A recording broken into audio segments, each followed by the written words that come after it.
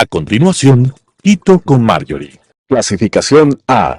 Apto para todo público.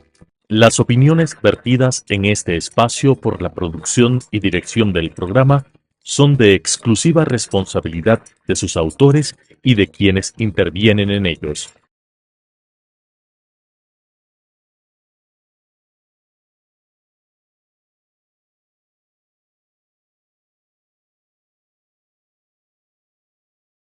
Quito con Marjorie. Hoy conversamos con Ramiro García Falconi, abogado constitucionalista y penalista destacado, especialista en temas judiciales. Buscamos explorar cómo la tecnología, en especial la inteligencia artificial, el data mining, los modelos de procesamiento del lenguaje natural, pueden transformar y modernizar el sistema de justicia en nuestro país, en un contexto donde la eficiencia judicial, la transparencia y el acceso a la justicia son cada vez más demandados. Y nos preguntamos, ¿qué papel juegan entonces estas innovaciones para agilitar procesos, para mejorar el análisis de pruebas e identificar patrones criminales, así como facilitar el acceso de los ciudadanos a la información legal? Además, exploraremos los retos éticos y privacidad de regular la adopción de estas tecnologías en el ámbito judicial. Así que, bueno, espero que nos acompañen a conversar con Ramiro cuáles son las posibilidades y cuáles son las limitaciones de esta nueva era digital en la justicia. Muchas gracias, Ramiro, por acompañarme. Muchas gracias por la invitación, Marjorie. Un saludo para todos los televidentes. Sí, en efecto, yo creo que, a nivel mundial nos vemos abocados en este momento de la historia, a una etapa de cambios como jamás antes jamás antes el ser humano había tenido un reto tan fuerte como el de la inteligencia artificial y esta cuarta revolución industrial, por llamarla de alguna manera. La primera revolución industrial, que además no tiene como antecedente a Arquímedes, porque si bien es a mediados del siglo XIX, cuando se genera a través de la máquina del vapor una máquina más fuerte que el ser humano. Es decir, nos vimos abocados al reto de que había una máquina que podía ser más fuerte y eficiente que el ser humano. Ahora tenemos máquinas que son más inteligentes que el ser humano. Eso ya es otro nivel, porque con la máquina más fuerte siempre supimos quién estaba al mando. Con la máquina más inteligente, el reto es que la correlación de poder puede cambiar. Hay muchos debates en torno a esto, ¿verdad? Y hablamos de los algoritmos, de la transparencia, y es uno de los desafíos, este miedo al sesgo algorítmico que puede discriminar a ciertos grupos. ¿Cómo entonces podemos hacer? Evidentemente depende cómo se configure el sistema de inteligencia artificial, se le puede dar unos sesgos u otros. Ya sucedió en Estados Unidos respecto de un sistema que evaluaba quiénes eran elegibles para reducciones de penas o libertades condicionales. Y por los datos que se había metido, pues resulta que los latinos y los afroamericanos eran menos favorecidos por este sistema, por el sesgo que tenían. Ahora, la pregunta es, ¿este sesgo es mayor que el sesgo que de por sí tiene el sistema humano? Si tenemos en cuenta una sociedad como la ecuatoriana, que es hiperracista, con sesgos xenófobos, con sesgos etarios, con sesgos regionalistas. Y yo creo que siempre vamos a terminar perdiendo frente a la inteligencia artificial. Es decir, ¿cómo actúan? Porque a mí no me van a decir que nuestra justicia y nuestras agencias policiales no actúan con sesgos. Por supuesto que actúan con sesgos. Y si tú eres, por ejemplo, si tú tienes más de 60 años o tienes menos de 25 años, tienes una probabilidad diferente de ser alcanzado por la justicia penal, por ejemplo. Si tú eres de la sierra o de la costa y joven, y encima de eso eres afroecuatoriano, pues evidentemente las probabilidades varían en cuanto a la actuación de la policía y la actuación de la justicia. No podemos ser en esto naif, por decirlo de alguna manera, y pensar que todo funciona perfectamente y sin ninguna forma de discriminación. No, pero nuestra justicia discrimina. ¿Cómo lo regulamos? ¿cómo regulamos el uso de la inteligencia artificial en el Poder Judicial?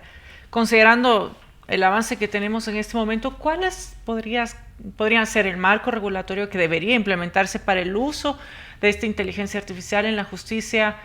Y si debería nuestro país crear, por ejemplo, un ente regulador específico para supervisar la integración de la inteligencia artificial en el ámbito judicial. Bueno, a ver, yo creo que para eso está el Consejo de la Judicatura, y el Consejo de la Judicatura debería establecer una unidad de transformación digital en la que justamente, por un lado, se preocupen de la incorporación de estas nuevas tecnologías a la práctica de la administración de justicia, y por otro lado, a que estas nuevas tecnologías pues sean adecuadamente aplicadas y no terminen siendo instrumentos discriminatorios. Pero esto, Marjorie, yo te diría que no es una cuestión de decisión solamente. Lo que puede variar en cuanto a decisión política es el tiempo en el que se implementa. Pero de que esto se va a implementar, se va a implementar. Es como se va a implementar esto en todos los ámbitos. Cuando nos cerraron el mundo en 2020 a causa de la pandemia, coincidencialmente pues yo era presidente del Colegio de Abogados de Pichincha y presidente de la Federación Nacional de Abogados del Ecuador. Y uno de los debates era, bueno, tenemos que cerrar la justicia, porque si no podemos hacer las audiencias presencialmente, las comparecencias presencialmente, entonces, bueno, pues a bajar la puerta y cerrar con candado hasta que podamos volver a salir. Imagínate. Y claro, evidentemente una sociedad, un Estado sin administración de justicia, pues no funciona. Y esto, como ha sucedido con muchas de las pandemias a lo largo de la historia, funciona como un disparador tecnológico.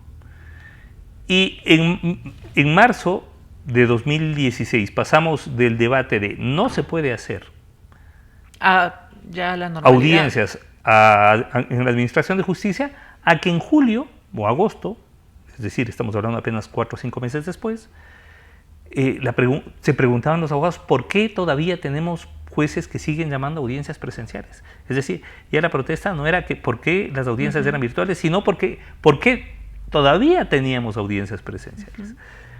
Luego, la Corte Constitucional estableció en una de sus decisiones, no recuerdo exactamente el número, que no convocar virtualmente a una audiencia, aun cuando se la haga presencialmente, implica una vulneración al debido proceso.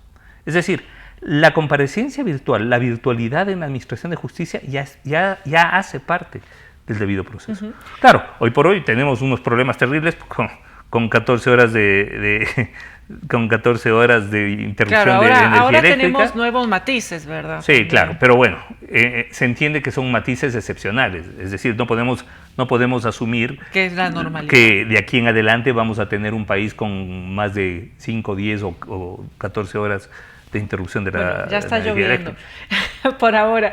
Y hablemos un poquito del uso de estas tecnologías para el potencial que tiene la prevención de los delitos, del crimen, a través del análisis de datos o patrones de comportamiento. Pero ¿qué tan viable realmente es el uso para identificar y prevenir el crimen, considerando además las preocupaciones relacionadas con privacidad de derechos? Mira, el tema de inteligencia artificial se puede aplicar en prácticamente todas las áreas del derecho, no solamente lo penal. Claro, uno piensa que identificación facial o algoritmos de prevención de comisión de delitos son los más importantes, pero no, funciona en todo. Te cuento una experiencia. Yo estudié este tema en la Universidad Francisco de Vitoria, en Madrid, y tuvimos una especie de semana de casa abierta, donde hicimos algunas experiencias, ¿no? Y una de ellas que me marcó especialmente fue que preparamos un contrato de 120 páginas al que deliberadamente le habíamos metido cláusulas ilegales y abusivas. Y se invitó a 20 expertos en contratación privada de los 5 mejores estudios jurídicos de España para que analicen este contrato. Se les dio 2 horas para trabajar. Al cabo de 2 horas habían identificado 83%, 83 o 84% de las cláusulas ilegales y abusivas, trabajando estos 20 expertos. Luego, pues pasamos este contrato a un sistema de inteligencia artificial Y este sistema de inteligencia artificial identificó el 98% de las cláusulas ilegales y abusivas en 18 segundos. Entonces, esa es la diferencia terrible que existe entre la destreza humana y la capacidad de un sistema de inteligencia artificial de procesar mega cantidades de datos, ¿no? Pero ¿hasta dónde debería limitarse el uso? Es decir, ¿quién puede ser considerado como responsable en el caso de una decisión judicial automatizada errónea en el caso de darse? A ver, la pregunta es quién puede ser... Sí, lo importante en un sistema judicial es la credibilidad del sistema, la certeza que los usuarios puedan tener en ese sistema. ¿Por qué podemos decir que el sistema estadounidense de justicia funciona? O el sistema europeo funciona, o el sistema chino funciona. Porque la gente cree en ese sistema. Porque sabe que hay justicia. Porque no, o sea, más allá de los sesgos que puede haber, que por supuesto existen, sabe que existen jueces que hacen su trabajo, sabe que hay una justicia lo suficientemente rápida como para llamarse tal, y sabe que además las decisiones se cumplen. Eso es fundamental. Y claro, ¿hasta dónde un sistema de inteligencia artificial te puede dar esas certezas, o mayores todavía, que las de un ser humano? Y te digo porque en China, por ejemplo, ya están funcionando sistemas de inteligencia artificial en la decisión de casos. Es decir, ya hay jueces robots. Y la experiencia es bastante interesante porque pasaron de un 65% de apelaciones, es decir, cuando decidían los humanos, el 65% de las decisiones se apelaban, lo que quiere decir que había una parte que no estaba de acuerdo, a menos del 13%. Es decir, ahora menos del 13% apela de la decisión de un juez robot, lo que quiere decir que lo consideran más fiable, de mayor certeza que el humano. Claro, obviamente todo esto asusta porque uno dice, a ver, un poquito la justicia y dónde están pero en caso de ciertos errores, valores ¿quién es el responsable? El sistema, por supuesto es el sistema. Ahora, el problema es que si hay algo que te puede garantizar un sistema algorítmico es una menor producción de errores que un ser humano. Claro, porque tiene mucho más capacidad de procesamiento de datos, mayor capacidad de procesamiento de almacenamiento de información, y mucho más velocidad de interacción de estos datos y una decisión mucho más fiable. Justamente por esta característica es muy útil en la evaluación de pruebas, ¿verdad? Desempeña un papel importante en el análisis. Mira, uno de los... Ya, dejemos de lado un ratito el tema de la inteligencia artificial. Hace más o menos unos 15, 20 años, hubo toda una revolución en materia probatoria en Europa, porque se les ocurrió a un par de profesores de ingeniería analizar las decisiones judiciales desde la perspectiva, desde el rigor de las ciencias duras en cuanto evaluación de prueba. Y claro, llegaron a la conclusión de que gran parte de las decisiones judiciales son tomadas irracionalmente. Que los estándares de evaluación probatoria utilizados por los tribunales, y estamos hablando de Inglaterra, ojo, no estamos hablando de Ecuador o Paraguay, no, estamos hablando de Inglaterra. Y llegaron a la conclusión de que gran parte de los tribunales ingleses pues tenían serias deficiencias racionales a la hora de evaluación probatoria. Me refiero al profesor Twining. Y claro, si ese tipo de racionalidad lo puede exigir un profesor de ingeniería, imagínate el nivel de racionalidad en la aplicación, en la evaluación probatoria que puede exigir un sistema de inteligencia artificial. Pero justamente el uso del data mining nos va a poder ayudar a mejorar el rendimiento de los tribunales, ¿verdad? Tiempos de procesamiento, la recurrencia de los delitos. Sí, más allá del proceso decisorio en sí. La automatización de los procesos judiciales puede, no solamente que te puede acelerar muchísimo el tema, sino que te puede también garantizar mucho menor corrupción, por decirlo de alguna manera, en la administración del proceso. Es decir, ya no vas a tener que estar hablando con don Carlitos para que te saque la copia del expediente, porque tienes el expediente digital. Ya no vas a tener que hablar con no sé quién para que te acelere el proceso, porque el proceso va controlado numéricamente por un sistema algorítmico que además te establece alertas inmediatas cuando se demora. Por ejemplo, tú presentas un escrito con una petición que tiene que resolver el juez, y el sistema tiene que avisarle al juez y decirle: mire, señor, le presentaron hace 3 días, llevamos el día 4 y usted no ha sacado. ¡Paf! Alerta. Y eso, además, va hacia un sistema de almacenamiento de datos de evaluación de los jueces y de los funcionarios judiciales. Entonces, no solamente que te va a ayudar a acelerar los sistemas, los procesos en la administración de justicia, sino que de paso a evaluar los jueces cuantitativamente y cualitativamente en cuanto a su actuación. Y aquí, cuando hablamos de inteligencia artificial, nos sale mucho el término de modelos de lenguaje natural, ¿verdad? Sí. A ver, lo que pasa es que la decisión, el proceso decisorio, con o sin robot, es un modelo de lenguaje natural. Es decir, dicho así muy fácilmente, para que la gente lo entienda, los abogados, los juristas, los jueces, tenemos un lenguaje. Pero ya no van a ser necesarios, entonces. Muchas veces no es el lenguaje coloquial. Por ejemplo, cuando nosotros los penalistas decimos que hay una conducta típica, si le preguntamos a una persona de la calle qué es una conducta típica, va a decir que es una conducta usual, una conducta propia de un lugar o de grupo de personas. Para los penalistas, una conducta típica es una conducta que se subsume dentro de un tipo penal. Es decir, una conducta que se puede calificar como delito, por decirlo de alguna manera.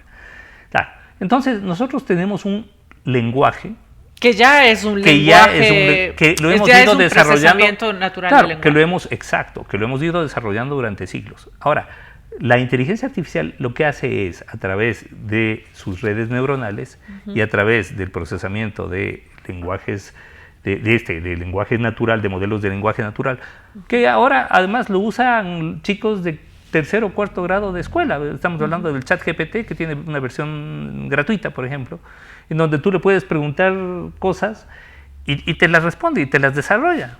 Así es.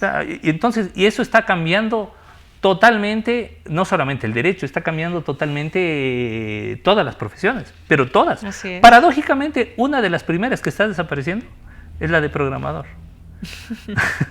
Porque, claro, todos estos modelos están tan desarrollados que tú puedes programar sin saber programación. Tú le puedes preguntar al sistema y le puedes decir: oye, quiero desarrollar un sistema que haga tales y tales cosas, desarrolla los códigos. Y te puede desarrollar los códigos. Entonces, una de las primeras profesiones que está sufriendo el embate de la inteligencia artificial es el de programación. Y ahí volvemos al tema del sesgo, ¿verdad? Bueno, es algo permanente, es un miedo permanente. Sesgos puede haber. Lo que pasa es que si tú... Pero es que el mismo data mining nos puede ayudar a identificar estos sesgos. Tú hablabas de etnia, de género. Es decir, podemos mejorar la transparencia, como lo mencionaste en su momento, pero nuevamente la preocupación es qué salvaguardas proponemos para salvaguardar este análisis y que más bien eventualmente no tengamos resultados arbitrarios. Como decía Marcial en Roma, quid custodi custodis, ¿quién custodia a los custodios? ¿No? Porque ¿Cuáles son las salvaguardas que vamos a tener? Bueno, yo creo que de pronto peco de optimista, pero me parece que los modelos, en la medida que van desarrollándose, que además ahorita el desarrollo es de una velocidad brutal. La expansión de las aplicaciones de los sistemas de inteligencia artificial es brutal. Lo que aprendiste hace 3 años, hoy es obsoleto, obsoleto completamente.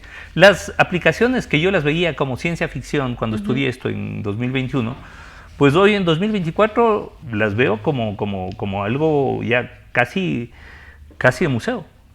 Las cosas que hacen ahora, el mismo ChatGPT, la versión 4, respecto a la versión 1, pero es que no tiene nada que ver. No tiene la capacidad, la velocidad de procesamiento, la capacidad, la cantidad de información que tiene. Es brutal. Y claro, obviamente esto va a ser un reto para muchas profesiones y sobre todo la jurídica. Yo creo que no creo que al menos en el mediano plazo no es que vamos a desaparecer los abogados. Así es. No vamos a ser reemplazados por sistemas de inteligencia artificial. Bueno, hay que capacitar a los abogados. Sí, lo que sí te garantizo es que los abogados que conozcan de nuevas tecnologías van a reemplazar a los abogados que no las utilicen. En eso sí te la doy por firmado. De hecho, ya hay sistemas, ya hay empresas. En Estados Unidos, por ejemplo, hay una que se llama algo como You Don't Pay for That, no pagas por eso, que es una empresa que básicamente produce defensas jurídicas. Entonces, claro, eso está suplantando al abogado. Y de hecho... Y lo hacen con el uso de inteligencia artificial. Y lo hacen con el uso de inteligencia artificial y con, por supuesto, con Big Data e inteligencia artificial. Y esto les ha permitido hacer las cosas muchísimo más rápido, de forma muchísimo más eficiente y sobre todo con un costo muchísimo menor. Entonces, claro, esto que para nosotros los abogados, por supuesto, es malas noticias, porque significa que ahora vamos a competir con sistemas mucho más baratos y tenemos que reducir los precios de nuestros servicios. Por otro lado, ya a nivel social implica una mayor democratización del acceso a la justicia, ¿no? Y a nivel académico, tú como maestro, ¿cómo lo enfocas ante tus estudiantes? Ahí la respuesta más coherente es no sé. No sé porque estamos experimentando tal cantidad de cambios que es muy difícil prever hacia dónde va la educación jurídica en los próximos 4 o 5 años, por ejemplo. Lo que sí está claro es que no podemos continuar con el viejo modelo siglo XVI de que un tipo se para al frente de un grupo de jóvenes que ignoran sobre una materia específica a hablarles de normas y de experiencias profesionales. O sea, ese modelo de enseñanza del derecho no sirve más. O sea, tú que eres abogada, cuando sales de la facultad, no te dio esa sensación un poco de no aprendimos nada. Porque, claro, imagínate, ponte en mi caso que yo ya soy un hombre mayor, tengo 54 años. Cuando de lo que yo estudié en la universidad no queda nada. O sea, no queda ni siquiera la Constitución, no queda el Código Penal, no queda el Código de Procedimiento Penal, no queda el Código del Trabajo, no queda nada. El Código de Procedimiento Civil, no queda nada. A lo mucho el Código Civil, que cualquier rato lo reforman completamente, que ya necesita además, porque es un código civil de fines del 18 y Andrés Bello no ha de estar muy feliz con tu comentario. No, seguramente, pero yo creo que si Andrés Bello viviría en este momento, estaría de acuerdo. Estaría aprendiendo inteligencia artificial. Sin duda, y sin duda sería el primero en impulsar el cambio al Código Civil, porque diría, esto que dice en el Código Civil no tiene nada que ver con la realidad. O sea, un Código Civil que, por ejemplo, en su primer libro, en Personas y Familia, claro, se guía bajo el modelo tradicional de familia, papá, mamá, hijos, que hoy por hoy es totalmente minoritario. Entonces, claro, tenemos que adecuar la legislación a las nuevas realidades sociales. Pero lo que sí me deja un poco preocupada es escuchar tu visión frente a la academia, tú que tienes tanta experiencia, ¿verdad? Es decir, no tenemos idea hacia dónde vamos. Es decir, hacia dónde vamos no sabemos, porque no sabemos cuál va a ser el punto de llegada. Pero lo que sí te puedo hablar del trayecto. Okay. O sea, lo que sí te puedo decir es que lo que tenemos que hacer es introducir nuevas tecnologías, introducir el manejo de todas estas herramientas para que el abogado en formación sepa exactamente cuáles son las herramientas que va a utilizar en su vida profesional. En eso sí. Por ejemplo, una de las cosas que yo proponía hace poco, que fui decano de la Facultad de Jurisprudencia de la Universidad de Central Ecuador, es que se introduzca dentro del pensum materias como matemáticas, estadística, manejo de algoritmos y, por supuesto, LegalTech, que involucra todas estas nuevas tecnologías. De aquí en adelante, por ejemplo, un abogado que no conozca de matemáticas y manejo estadístico, pues es un abogado que no tiene mucha idea de la cosa. Es como, si tú me hubieras preguntado hace 20 años, ¿hacia dónde tenemos que ir a la enseñanza del derecho? Yo te hubiera dicho, hacia un manejo de los instrumentos informáticos, ¿verdad? Pero ahora el manejo una de las cosas que van a desaparecer, paradójicamente, son los computadores como los conocemos hoy. Veía a Zuckerberg de Facebook que hace una semana cogía el teléfono y decía, esto en 10 años ya no va a haber más. Olvídense del teléfono. ¿Qué va a haber luego? Bueno, vamos a tener otras cosas, vamos a tener gafas inteligentes a las que podamos preguntarles cosas, decirles llámale a tal persona. no sé, tú recuerdas, por ejemplo, uno de los grandes retos en los 90 era el tema telecomunicaciones y que se armaban call centers clandestinos, ¿no? Se llamaban bypass, callback y bypass. ¿Por qué? Porque eso afectaba al sistema de telecomunicaciones tradicional, porque tú llamabas, ¿qué era básicamente? Que tú llamabas a los, como llamar de Ecuador a Estados Unidos era carísimo. Entonces tú lo que hacías es, claro, mandabas una especie de señal diciendo llámame. Y claro, llamaban de Estados Unidos a Ecuador y era mucho más barato. Ahora, ¿a quién le interesa eso? Es más, ¿hace cuánto no haces una llamada desde un teléfono convencional? Digamos. No, bueno, ya no tenemos, algunos no tenemos. Muchos ya no tenemos en la casa. Antes era impensable. Antes una casa que se respete debía tener de 2 a 3 líneas para garantizar que la comunicación de todos los miembros de la familia. Ahora todos tienen esto. Y de aquí en 5 o 10 años nadie va a tener esto. Va a haber otro tipo de sistema. Bueno, ya saben, los abogados tienen que estar preparados para acoplarse a las nuevas tecnologías. Ramiro, te agradezco por haberme acompañado. Y creo que lo discutido nos ha servido para entender el potencial de la inteligencia artificial, el data mining y el procesamiento del lenguaje natural, que realmente es enorme, y su implementación también implica estos desafíos profundos, desde la garantía de imparcialidad en los algoritmos hasta en la necesidad de capacitación para los operadores judiciales. El camino hacia un sistema de justicia digital es complejo y requiere de un enfoque ético y regulado. Agradecemos a Ramiro García por su visión y sus reflexiones sobre cómo nuestro país debe prepararse para dar estos saltos tecnológicos sin comprometer los derechos y la calidad de la justicia. Más bien buscamos mejorarla, Ramiro. Así que te pido que nos dejes con un mensaje final para contribuir a este sistema judicial más tecnológico, eficiente y sobre todo más accesible. Bueno, mira, Marjorie, las tecnologías, las nuevas tecnologías son una ola que no se puede parar. No son el futuro, son el presente, ya están. Simplemente lo que tenemos son países que se han demorado más o menos en la implementación de esto, pero que llegan. Y claro, para nosotros, en el caso de los abogados, este es un nuevo reto de aprendizaje. No importa si tienes 85 o si tienes 25 años y te acabas de graduar. Te espera por delante toda una vida de aprendizaje permanente. Ya no es como antes, haga el máster, el doctorado y con eso siéntese y a ver el paisaje. No, ahora no. Ahora la necesidad de capacitación permanente es fundamental. Muchas gracias, Ramiro, por acompañarnos. Espero que este programa haya sido de su interés. Soy Marjorie Chávez y nos vemos la próxima semana.